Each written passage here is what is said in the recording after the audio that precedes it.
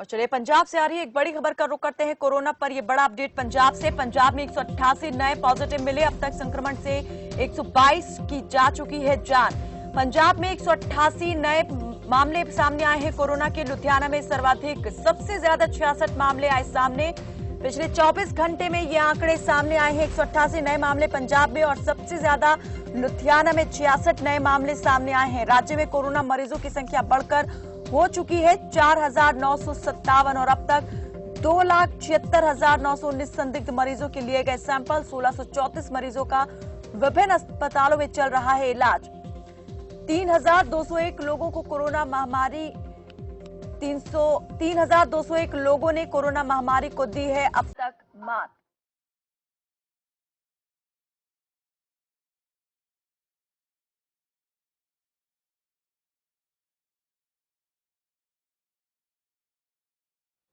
तो पंजाब में भी लगातार मामले बढ़ते जा रहे हैं। यहां भी कड़े कदम उठाने के बावजूद सरकार और प्रशासन के मामले कम होने का नाम नहीं ले रहे हैं। सबसे ज्यादा मामले जो सामने आए हैं वो लुधियाना से सामने आए हैं और इस पर ज्यादा जानकारी हमारे सहयोगी देंगे। बठिंडा से हमारे साथ हमारे सहयोगी विनोद बंसल जुड़े हुए हैं और संगरूर से हमारे सहयोगी टोनी शर्मा हमारे साथ बने हुए हैं। विनोद, सबसे पहले आपसे जानना चाहेंगे कि बठिंडा में कितने ज्यादा नए मामले सामने आए? कैनात देखिए, बठिंडा में एक एक करके रोज के रोज नए मामले सामने आ रहे हैं। बठिंडा में नहीं, पूरे पंजाब में अगर देखा जाए तो पहले लॉकडाउन किया हुआ था, पहले सख्ती ज्यादा थी, कर्फ्यू लगाया गया था, लेकिन मामले कुछ कम आ रहे थे। तो सबसे ज्यादा देश में सबसे कम मामले आ रहे थे। जैसे ही थोड़ा लॉकडाउन को अनलॉकडाउन की तरफ गए और उसके साथ ही टेस्टिंग की संख्या भी बढ़ी तो मामले आना शुरू हो गया है। अब हर रोज की रोज 150 से 200 के मामले बीच में आ रहे हैं, जो बहुत ही एक डेंजरस जो है इसको दिखाई दे रहा है। पंजाब में अगर इसी तरह से कोरोना बढ़ता रहा तो पूरे देश की तरह पंजाब के हालात भी बिगड़ जाएंगे और स्थिति संभालना मुश्किल हो जाएगी। अभी हालात ये है, देखा जाए तो कोरोना के जो पेशेंट है, जो लोग तो ये कहते हैं टेस्टिंग कम हो रही थी, थोड़ी सी टेस्टिंग बढ़ी तो मामले काफी आने ज्यादा हो गया। अगर पूरी आबादी के हिसाब से, पूरी जनसंख्या के हिसाब से देखिए तो लगभग 2 करोड़ 80 लाख के करीब जो संख्या है, उसके हिसाब से तो टेस्टिंग है बिल्कुल नामात्र टेस्टिंग जो 2 करोड़ 80 लाख के संबंध में 2 लाख की गई है।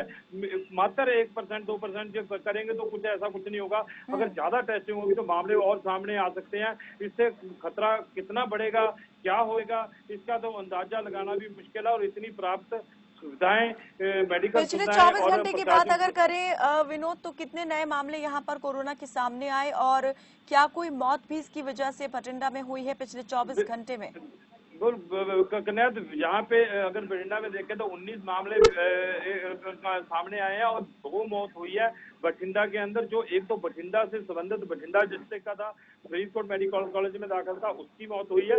दूसरा जो एक निजी हॉस्पिटल में जहाँ पे एडमिट था वो मोगा से था, डिस्ट्रिक्ट मोगा का पेशेंट था, लेकिन बठिंडा में एडमिट था। ये 2 मौत की खबर है। जो अब तक जो बठिंडा का एरिया है, इस मालवा के एरिया में ऐसी कोई भी मौत की खबर नहीं आई थी। अब जो अलग 24 घंटे में 2 मौत की खबर आना, लोगों को अंदर बहुत सा सहम बना हुआ है और डर बना हुआ है। लोगों को इसको देखकर जो आगे आने वाला जो प्लान था उसको देखते हुए उनको ये समझ नहीं आ रहा भी क्या करें क्या ना करें। और प्रशासन पे भी कन्या देखा जाए तो एक सवाल खड़ा होता है। जब कोरोना कम था तो सख्ताई ज्यादा थी, अब थोड़ा कोरोना का फैलाव ज्यादा हो गया है, लेकिन बाजारों में ढील दी जा रही है, हर कारोबार खोलने की ढील दी जा रही है। और रेस्टोरेंट में थोड़ा सेल्फ डिस्टेंस का ध्यान रखते हुए डिस्टेंस को मेंटेन करके खाना खाने की बैठकर भी इजाजत दे दी है, जो बहुत ही खतरनाक है। देखिए, जैसे जैसे कोरोना का प्रकोप बढ़ रहा है वैसे वैसे ये बिजनेस को और दूसरी चीजों को छूट देने में भी आगे निकल रहे हैं। ये चीज समझ नहीं आ रही सरकार की। जब कोरोना कम था तो पूरी तरह से लॉकडाउन था, जब कोरोना का फैलाव ज्यादा हुआ तो इन्होंने ढील देनी शुरू कर दी। ऐसे कैसे हालात पे काबू कर पाएंगे, क्या इनकी स्थिति है? बिल्कुल, प्रशासन की नीति और रणनीति पर भी सवाल उठना यहाँ पर लाजमी हो जाता है। विनोद, बने रहिए हमारे साथ, आगे भी हम आपसे इस पर ज्यादा जानकारी लेंगे। टोनी, अगर संगरूर की बात करें तो संगरूर में कितनी तेजी से ऊपर जा रहा है कोरोना का ग्राफ?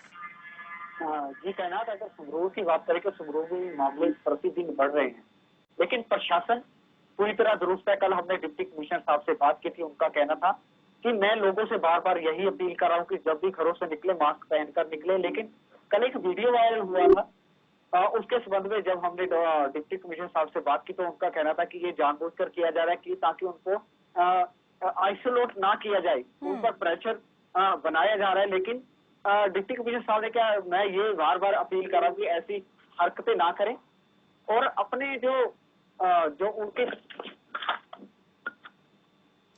चलिए, तकनीकी दिक्कत की वजह से हमारा संपर्क हमारे सहयोगी टोनी शर्मा से अभी टूट गया है। दोबारा उनसे संपर्क साधने की हम कोशिश करेंगे, लेकिन तेजी के साथ यहाँ मामले जो बढ़ते जा रहे हैं, पंजाब में भी उनसे चिंता वाकई बढ़ गई है और पंजाब भी अब दूसरे राज्यों की राह पर चलता हुआ दिखाई दे रहा है। विनोद बंसल हमारे साथ, हमारे सहयोगी भटिंडा से जुड़े हुए हैं। विनोद, आपसे मैं जानना चाहूंगी, जैसा आपने बताया कि लोगों में डर भी बढ़ गया है। पिछले 24 घंटे में जो 2 मौतें हुई हैं, जो ये 2 मौतें हुई हैं, मृतकों की अगर मैं चाहूं आपसे जानना उम्र के बारे में, तो अगर आप बता सके तो हमें जरूर बताएं कि क्या ये लोग जो यहाँ मृत्यु को प्राप्त हुए हैं, क्या उनकी उम्र ज्यादा थी या कुछ और बीमारियों से भी ये ग्रसित थे?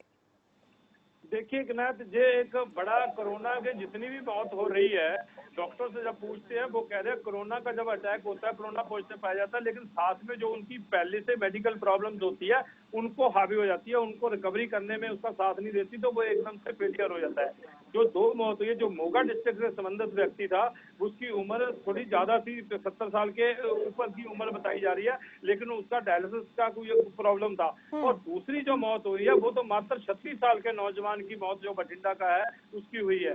वो मात्र उसकी उम्र 36 साल थी, नौजवान डेथ हुई है।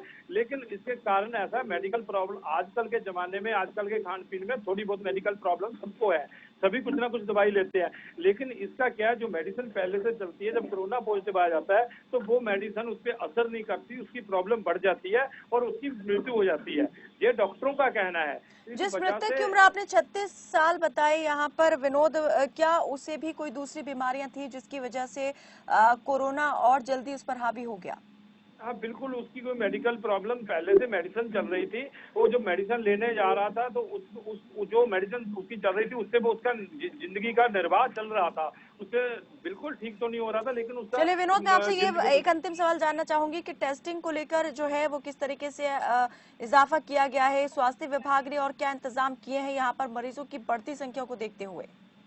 देखिए कि ना, टेस्टिंग को लेकर सरकारों ने दावा किया भी किट्स आ गई हैं जो 2-3 घंटे में उसका टेस्ट का रिपोर्ट दे देती है।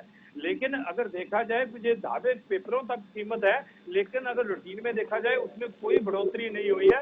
जो 200, 300, 400 टेस्ट पर डिस्ट्रिक्ट लिए जाते थे उतने ही टेस्ट लिए जा रहे हैं। हो सकता है कहीं ना कहीं सरकार के अंदर भी डाला, ज्यादा टेस्ट बढ़ाएंगे तो कोरोना के आंकड़े ज्यादा सामने आएंगे और उनके पास इतने प्राप्त बेड नहीं है, तो कहीं ना कहीं लोगों में ये भी पाया जा रहा है कि सरकार जानबूझ के ये नहीं कर रही, उसको सरकार से रोष भी है कि टेस्टिंग ज्यादा करवाएं। अगर किसी को फर्स्ट स्टेज पे कोरोना का पता चलता है तो वो ठीक होकर जल्दी उसका ताकि बिल्कुल जल्दी इलाज शुरू हो सके। बहुत शुक्रिया।